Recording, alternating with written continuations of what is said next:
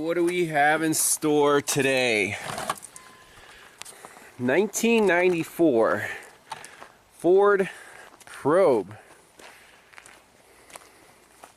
GT V6 with only 70,000 miles.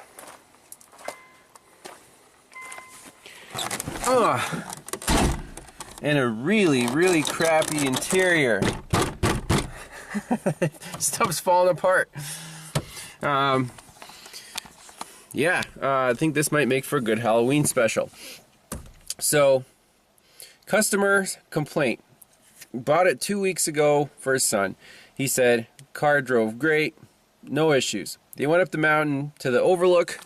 You can see the scenery right now is just gorgeous. Up on the mountain, he got back in the car, didn't want to crank. Tried with the key, got it to start up, it idled high. Okay, put it in gear, boom, it just stalls out. He said in reverse it seems to go fine back, but in order to even start going forward, to not stall out, you gotta, 2-foot it. 1 foot on the brake, 1 foot on the gas, keep the engine going, drop it in gear like a neutral drop, and then supposedly drives okay once it starts shifting. Pretty interesting. On the dash here, I kind of noticed that I expect more warning lights. The only light that comes on is your seatbelt light and this fuel cutout. Very interesting. However, the car usually fires up and runs. Now the emergency brake light works, the pop-up lights work, high beam indicator works, turn signals work, seatbelt reminder works. No check engine light, no anti-theft light, no airbag light, no ABS light, no overdrive off light. Kind of weird. So that's kind of the approach. You want to see what is weird with the car, what doesn't work. I noticed that the wipers work, but I don't hear the washer pump. Okay, whatever. So main customer complaint is intermittent no crank, and then this, you can't really drive it very, especially in town, because it just wants to lock up in gear. And so right now, in reverse, seems to be okay. Neutral, seems to be okay. See, put it in first, seems to be okay. Boom. And second, it just freaking completely stalls out, like a torque converter is locked up or something. And he said the idle just never drops below like 1500 RPM. Super weird. Now, if the car drove perfectly before, and then all these problems start at once, are they all related? So I actually asked him, did you notice that most of your warning lights in the dash don't come on with your key on? He's like, not really, I didn't notice. I remember there's one orange light or one red light or something, and then his son doesn't remember, so I assume that this is not really related, but we have to keep that in the back of our mind. So where would you start this diagnosis? Why is the transmission acting funny? Didn't take it for a test drive yet. And then, why is it idling so high? And we don't have a check engine light, so how do we even get these codes? Let's try to hook up at least a snap-on VRIS, see if there's like flash codes or what the system is. It's a 1994, but it's a Mazda drivetrain. So, I don't know, we might get lucky and we might have to improvise. By the way, the only thing that the owner already replaced, a little parts cannon action here, is this inertia fuel cutoff switch. It's a Ford thing. So this one was on here when he brought the car over. It's a replacement, This is the original inertia made in the US Ford switch. Yep, it has a Ford logo on it. So how do we test this? Well, very easy. You can start up the car.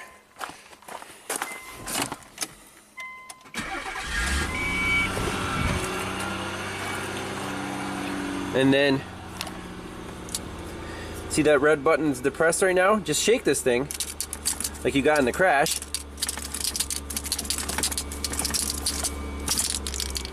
There you go. See, the red button came out. The car stalled out. And interesting to note, our fuel cutout light is on. So let's try that again. Crank no start as expected. Push the red button in. So reset the switch.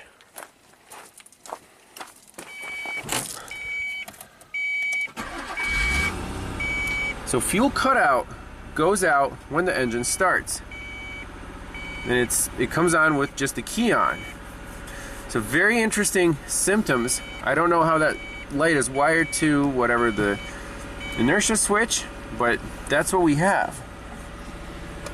Snap-on's booted up. Let's log in, put in the VIN, see if we can scan this thing for codes. Alright, here we go. So already put this car in the history, so just click activate and it'll show up right here.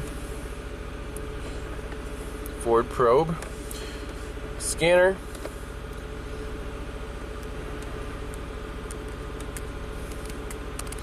and it should tell us which adapter we need to use. So there's the VIN, 2.6 liter MECS. I assume that's Mazda Electronic Control System EFI.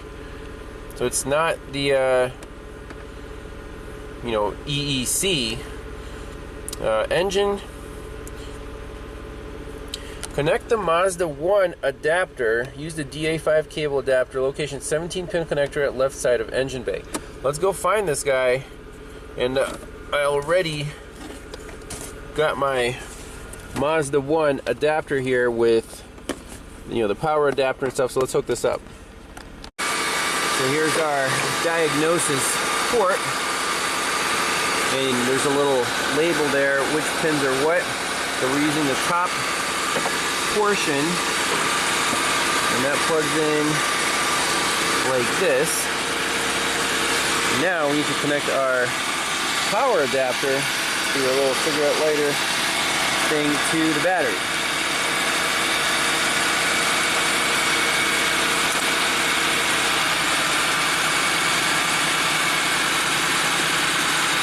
Okay, so our green light is on. It's powered up. Let's see if we can extract some codes out of this thing. Idle actually seems to be doing something. Continue. So it'll connect to, let's see, how to get codes. Key on, engine off, select auto code read. Okay. So engine off. Key on. Auto code read. Gathering codes. Waiting for codes. If no response, try inducing a code to check code gathering. Okay. I'm just going to let this sit here, and it's just very slow because it's basically counting flashes somewhere. We'll be right back. Alright, so the snap-on is not being very helpful at all. It's just stuck in the screen. It's been over 5 minutes, so not very useful there.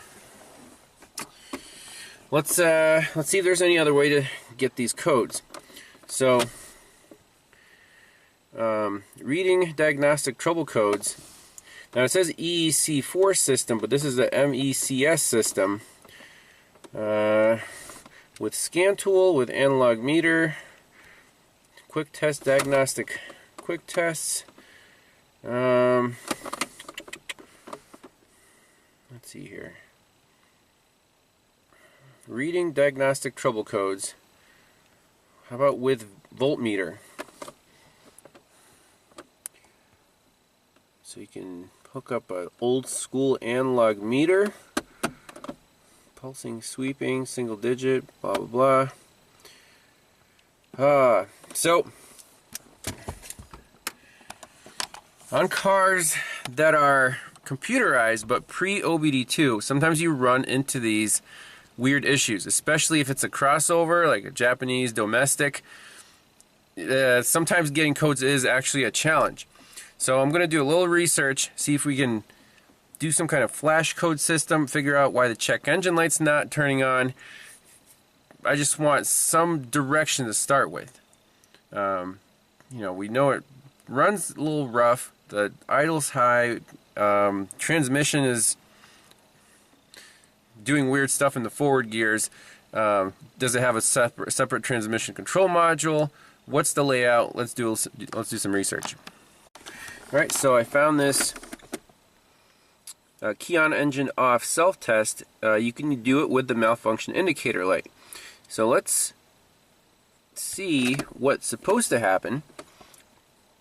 So warm up the engine, turn key off, wait 10 seconds, turn the ignition key on. So I'm going to turn it off for now. Record any codes as they flash out. So supposedly they're just supposed to start flashing, you know, on this check engine light. However, we don't have a check engine light. So how is that light controlled? Well, we'll look at our engine control schematic, and here we have the malfunction indicator light in the cluster. So this wire, the blue wire, goes to pin 3 blue on this 22 pin connector at the PCM. Now, then we have a 16 pin connector right there, and then we have a 26 pin connector. That's the entire engine computer, 3 connectors. Let's just see what else is on this diagram.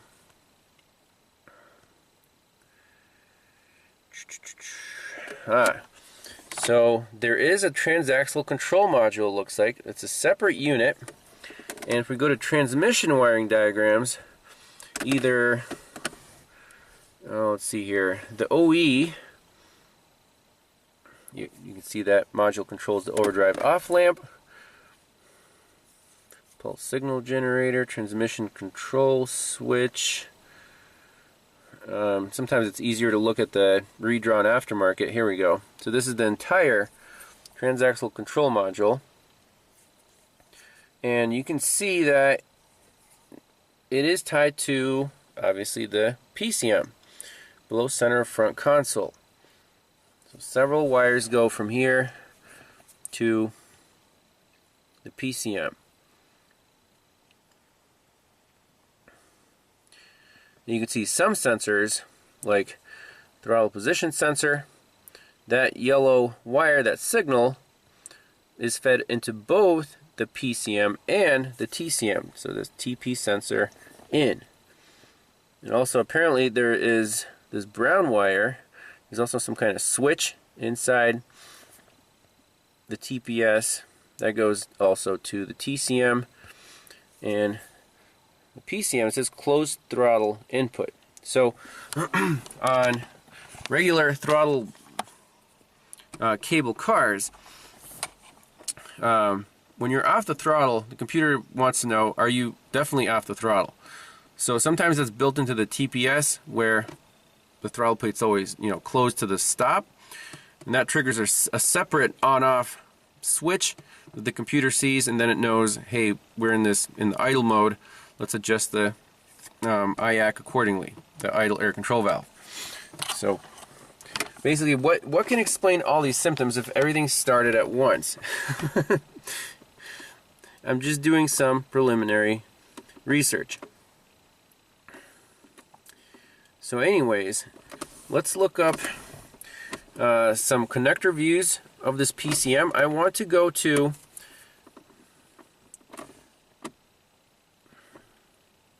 malfunction indicator lamp control wire, pin 3 on this 22 pin connector, and basically measure the voltage on there. Are we not getting power feed through the cluster to the PCM, or is the you know, what's going on here. Why? I don't really care about all the other warning lights, although that may be related. Let's just focus on this malfunction indicator lamp because I want to at least scan this thing for codes, see if there's anything of interest. Okay, so here we have, I printed out a connector diagram of the PCM, so it's very helpful. 3 connectors, and you can see this one's 26 pin, this one's 16 pin, this one's 22 pins. And right here we have the actual descriptions of what each wire is. So if we're pin 3 on the 22 pin connector, that's going to be this one, and it's a blue wire, malfunction indicator lamp output. So let's probe that one at the engine computer and measure the voltage on it. So the engine computer lives right there. You see the 3 yellow connectors. So basically take off this cheap plastic garbage. Like I said, crappiest interior plastics I've seen on any car ever. Even an old Hyundai is probably better than this. No soft touch materials anywhere in the car. It's all crappy, crappy, crappy. But not like the Mystique. The Mystique is the polar opposite of this. There's the blue wire, pin 3, and you can go by sequencing. So blue and red is pin 1, blue and red, then black and red, and then pin 3s are blue. So we're definitely on the right wire. The ground I have hooked to the cigarette lighter ground right there, just convenient place to do it. Let's turn the key on and see what happens. So we have 0. Light's not on, it's just plain 0 volts. If there was continuity through the light bulb looking for a ground to be, you know, whatever, turned on by the PCM, we would see high voltage here. That's not the case. So what I want to do is hook up a test light. Here's a test light from battery positive and feed it into, basically I want to substitute this for the light that's supposed to be in the cluster. So let's do that and see if anything interesting happens with this light. Okay, so I have power and ground coming from the battery into, just hook up a test light from battery positive into that control wire. Let's turn the key on, see if anything interesting happens. So the light is on, steady. Start it up. Oh, no crank. So I can hear the starter solenoid click pretty loud, but the starter doesn't engage. Does that mean it's a bad starter?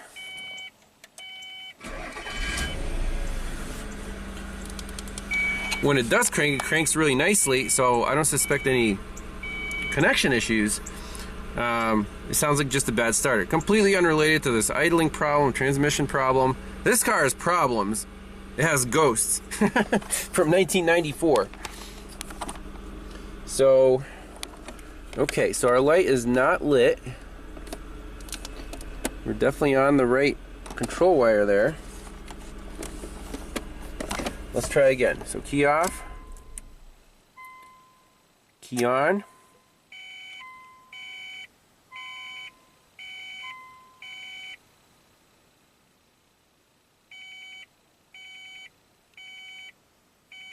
So I'm wondering now, is the fuel cutout lamp somehow wired in wrong instead of the check engine light? I actually went through and kind of looked with a light. You can kind of see what the letters are supposed to be. Like anti-lock, oh, that one is washer fluid, that one's low fuel.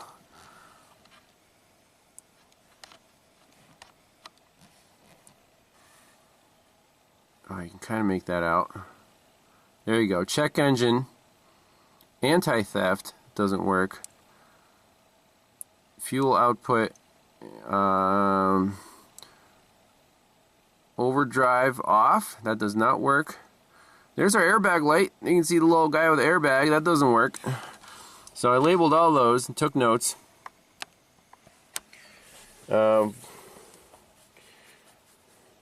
So how do we check if that fuel cutout light, which, by the way, is supposed to be only on when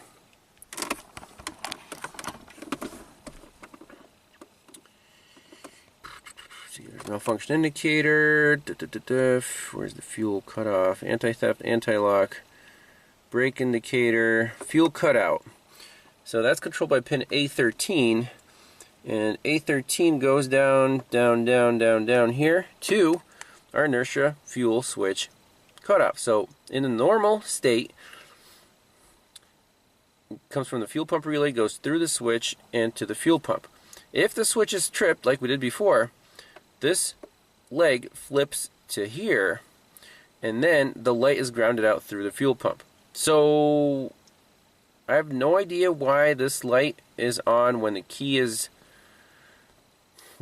on, and when the engine starts it goes out. That doesn't make any sense according to this diagram. But I don't want to get too sidetracked by that. Basically, is this our check engine light, and are there any codes set?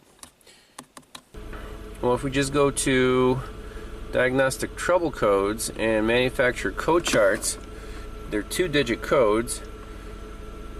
Let's see, airflow meter, engine coolant temp sensor, intake air temp sensor. Let's unplug one of these that wouldn't make the car completely go nuts, like intake air temp. Let's try to find that, unplug it, and see if we can at least set a code. Okay, just doing a little visual inspection. I see right here there's the vacuum hose disconnected. When this hose is connected here, there's a T. That's not correct, but let's not touch that yet. Let's disconnect the coolant temp sensor. So disconnect it. Ooh. Fans are on. The sensor is definitely disconnected. Hey, look, our check engine light came on. If we shut the key off and wait 10 seconds, key on.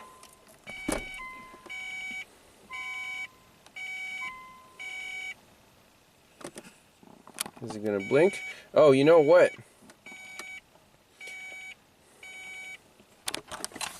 One thing they didn't tell you is you have to ground out a pin in that diagnostic connector to trigger the check engine light to blink.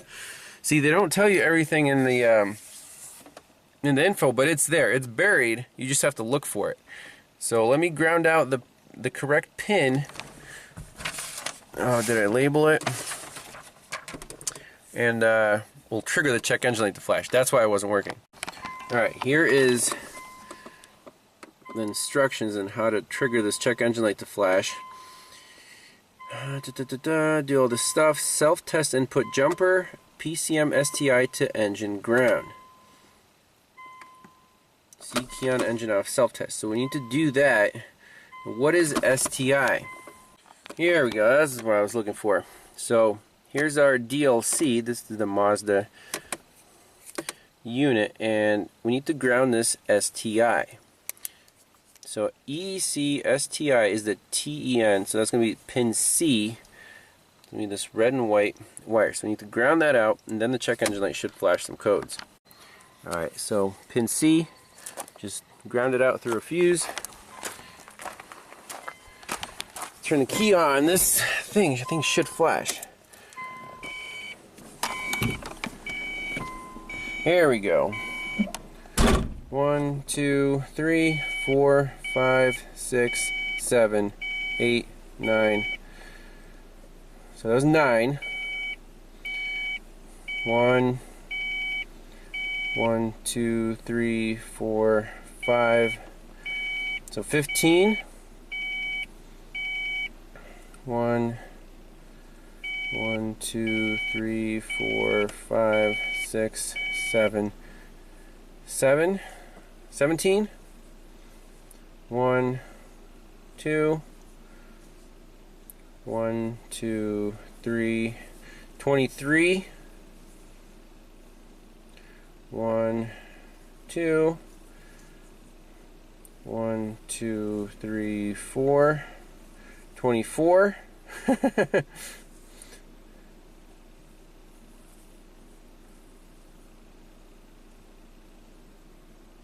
So I think that was like, let's see, 41?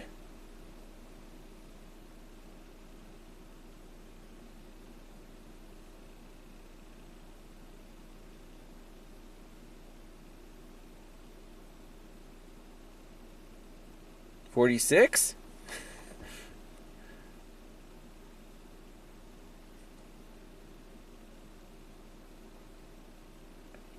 So that's back to 9, and it's going to go through that whole list again. So I wrote down here which codes are set. Let's look them up in service info. Okay, so number 9 is expected, engine coolant temp sensor. I set that manually. 15, oxygen sensor. 17 is oxygen sensor. 23 and 24, oxygen sensor, oxygen sensor.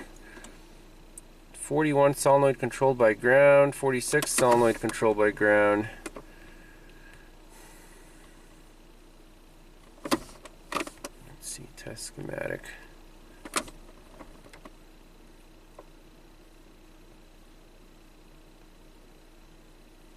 They're not very specific. It just says SCG.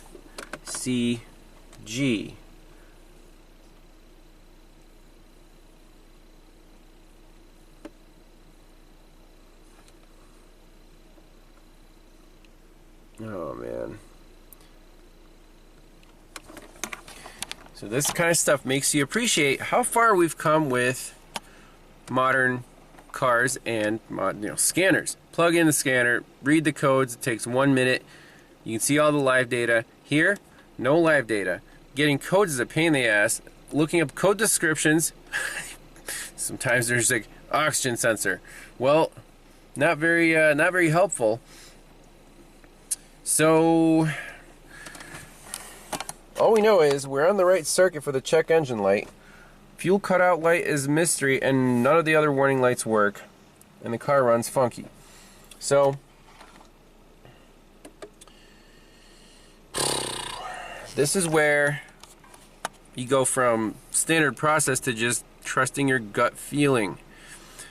First thing I want to do with those vacuum lines that we found that was disconnected for some reason, plug those in OEM, then run the car, maybe disconnect the battery, reset all the codes, run it for a while, see if any codes are set, and then since we don't have live data, check the basics. Like if we have an idle problem, is our throttle closed all the way? What is the IAC doing?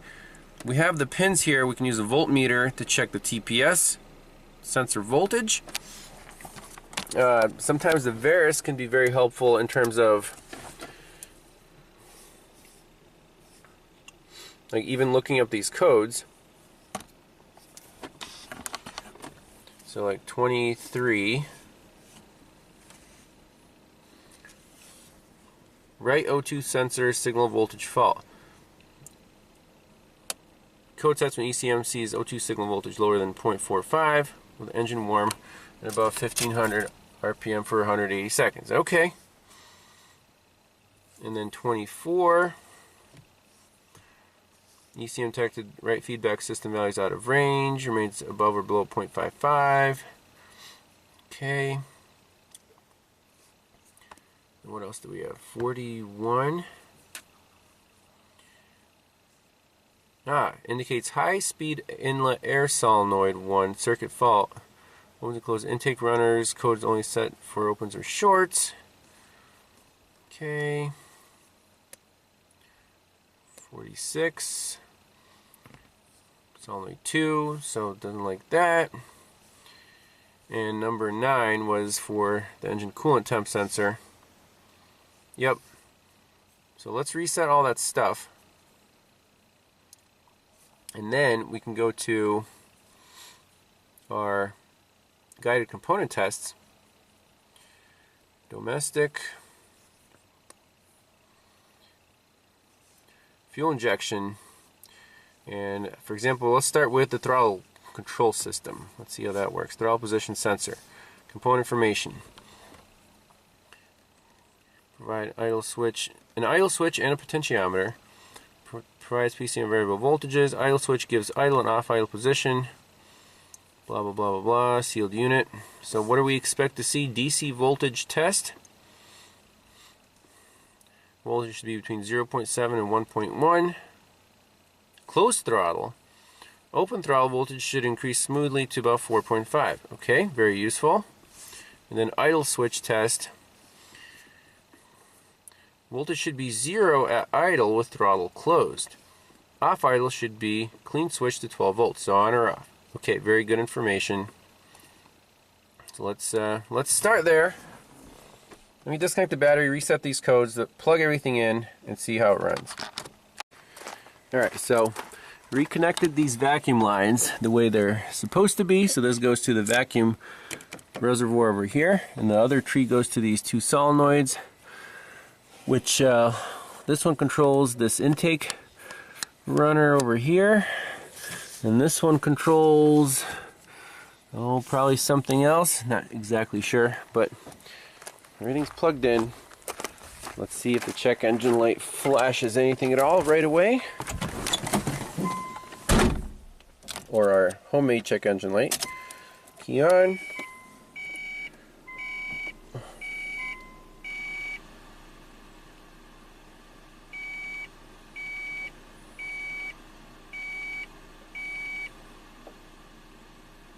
$41.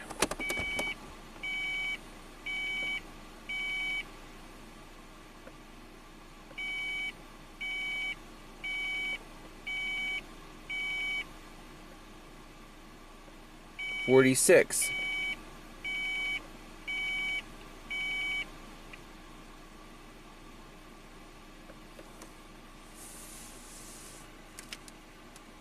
$41.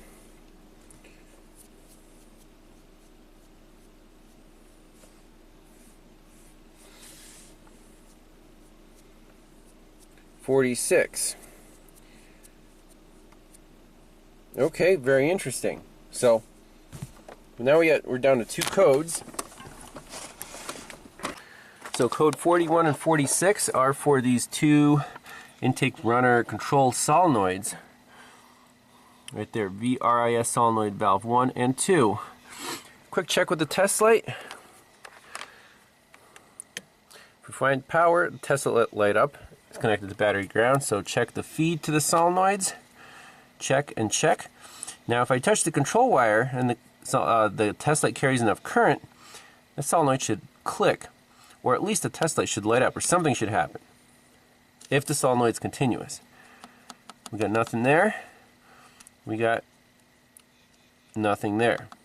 Now these solenoids should not be energized at the moment, but easy to check. We can unplug them. There's absolutely no click. So they're just internally, I'm sure, open. You can do a resistance check if you want. But, boom, we got two bad solenoids. Does that explain anything at all with the drivability? I don't think so. But at least we know our engine computer can set codes. It's setting the right codes. Now we need to be creative and see what's going on. Do the throttle, TPS check, see what the voltage is, go from there. Alright, so let's start with TPS voltage. On the diagram, we have reference voltage, that's the 5-volt reference to the TPS. Pin 11, yellow, is throttle position input. And then this 21 is this closed throttle input. So on the wiring diagram, if we look at our TPS sensor, oh, where was it?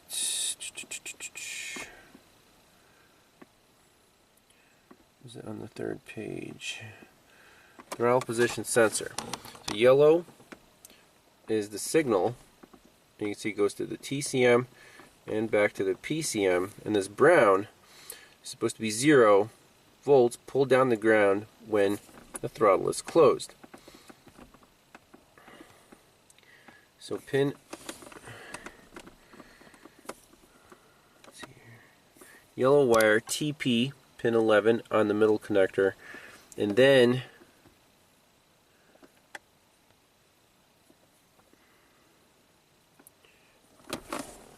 it's easier to do it this way.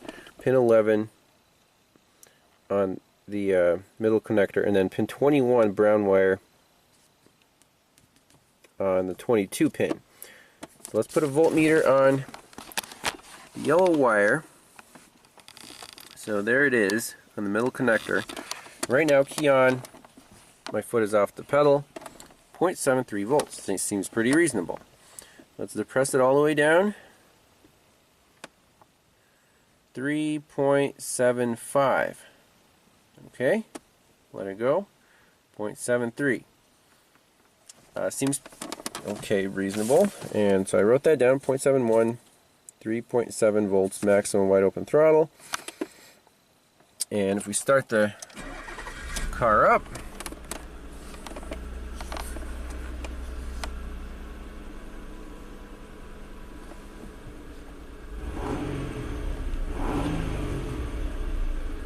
about 0.6. So why did that voltage drop when we're running the car?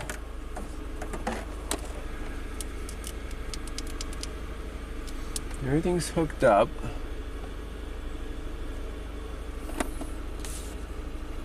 Look at this. I turn the key off.